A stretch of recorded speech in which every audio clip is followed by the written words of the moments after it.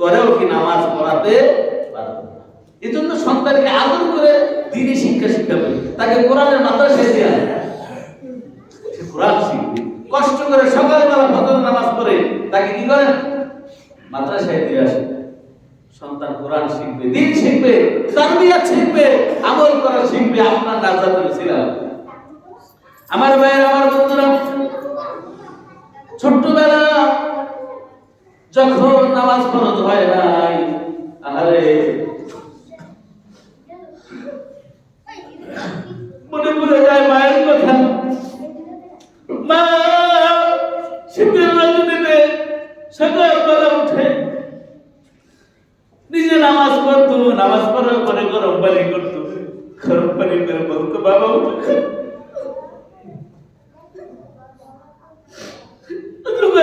নামাজ পড়তো। নামাজের পরে আমার বন্ধু ঘুমাইয়া যান। আরে এভাবে সন্তানকে নামাজ শেখাতে হবে ভাই।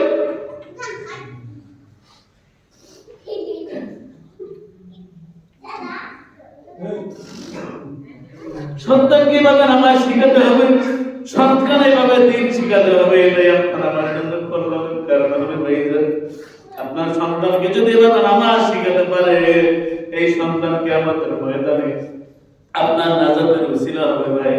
আমার ভাইয়ের, আমার বন্ধুরা, রাতের বেলা যখন পড়তে বসতাম, মা কোরআন শরীফ নিয়ে পাশে বসে থাকতো। কারণ কখন যদি আমি ঘুমাইয়া যাই, আমি যেন ঘুমাইয়া না যাই, পাশে বসে কোরআন পড়তো।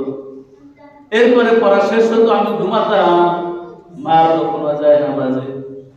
আবার যখন গভীর রাতে উঠতাম পেশাব করার জন্য, তখনও দেখি মা যায় নামাজে। সকালবেলা আবার ফজর আযান হওয়ার পরে আবার ঘুম থেকে উঠে তখন যায় নামাজে। ভাইকে বলতাম, মা তুমি ঘুমাও কখন? মা বলতো, বাবা ঘুমাই, আল্লাহ রাব্বুল আলামিনের রহমতে অনেক ঘুমাই, তুমি দেখো না, তুমি তো তখন ঘুমাইয়াছিলা। এভাবে সন্তানদেরকে তারবিয়াত শিক্ষা দিতে হবে। সন্তানকে মা সবসময় দোয়া করতো, আয় আল্লাহ আমার এই সন্তানকে তুমি আলেম বানাইও, সন্তান যেন আমার জানাজার নামাজ পড়তে পারে, সন্তানের পক্ষ থেকে খাইতে চাই না। কিন্তু দুর্ভাগ্য,